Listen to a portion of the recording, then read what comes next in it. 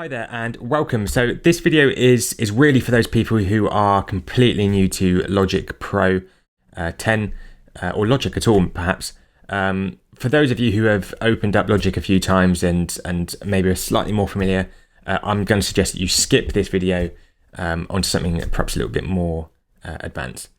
But no worries if not. If you are new to this, first thing we need to do to get into Logic Pro is come over to our Launchpad or go into our applications folder in Finder, find Logic Pro the app and click on that. Then you'll get a short load video like this and then a project window like this.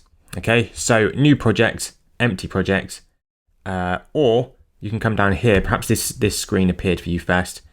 These are templates. Now, first things first, what is a project? Now, a project is really just a folder where everything that you do, all of the recording that you might make, gets stored. So exactly the same principle as a paper folder where you keep all your paperwork. This just keeps everything you do in one place, nice and securely. So project templates then are preloaded folders with certain sounds in for you to sort of get a bit of a jump start on creating a piece of music. So if you wanted to create a bit of hip hop, this got preloaded synth sounds or specific sounds for you to just get in there and just start playing something. Quite a good thing to use, especially when you're starting out. But we're going to go ahead and go to new project. Just make sure we click on this empty project here and then click choose. Great, and now what we get faced with is this window. So we've got software instrument, audio, and drummer. Just go right ahead and completely ignore drummer just for now. We will come back to this in a later video as it's a genuinely, really helpful tool. Now, software instrument. A software instrument is, as it says here, it allows you to play a wide variety of instruments. So, virtual versions or digital versions of different instruments. So everything's playable within Logic using a software instrument. So if you wanted to play a piano, but you don't actually own a piano, you can play one using Logic's, virtual instruments or their software instruments. There's a bit more to it than that, but that's the kind of the main thing.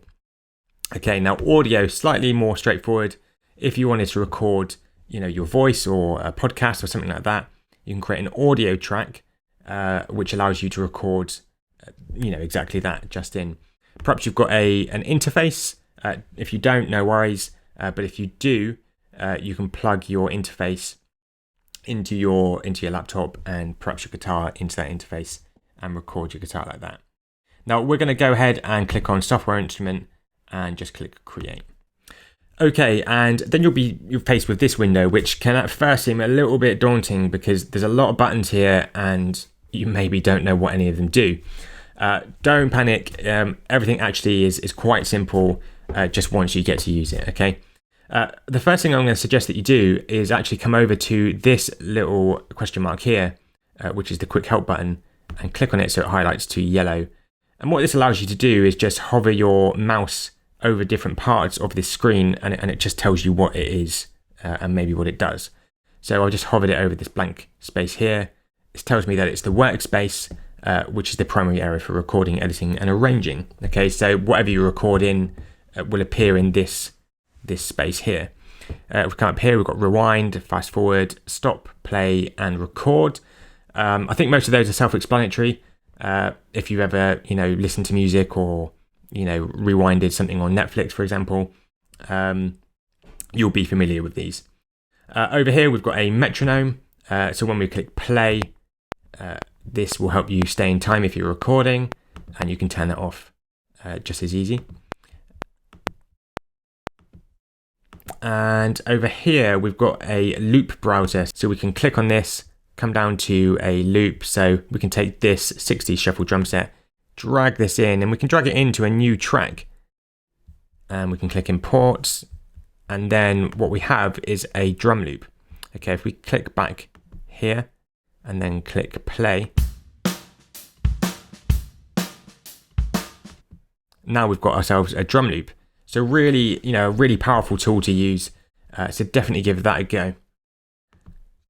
Okay, Now, other things, so if we come over to this mixer window here, what you'll see is a vertical version, if you like, of these two tracks here.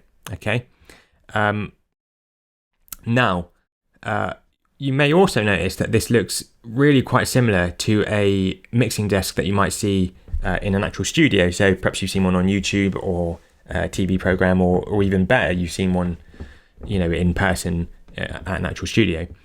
This is a digital version of a mixing desk. So everything on here, all of this stuff is the kind of stuff that you'd see on an actual mixing desk.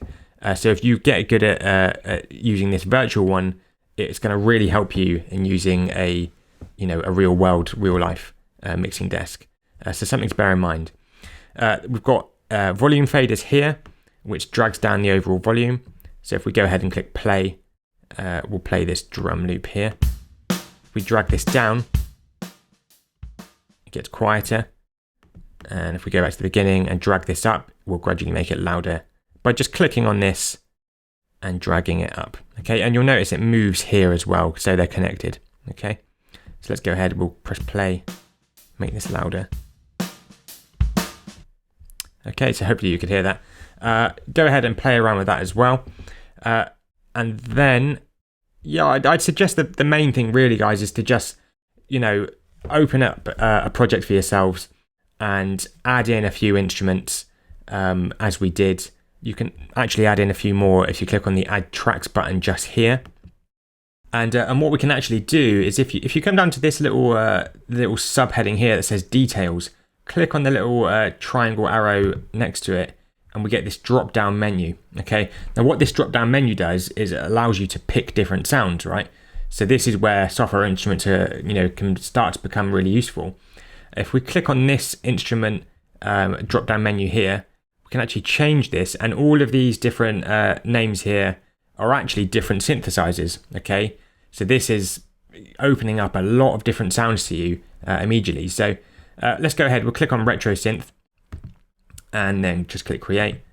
And what we can do is then you get this menu appear, right? So this is the retro synth menu.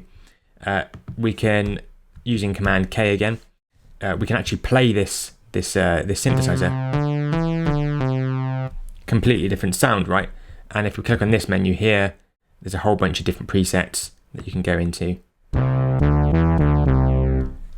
Okay, so what I'd like you to do is to open up a new project and just have a little play around, see what sound you can get up, see if you can play them. Use Command K if you don't have a keyboard. If you do have a keyboard, great. And just see what you can do and figure out what means what.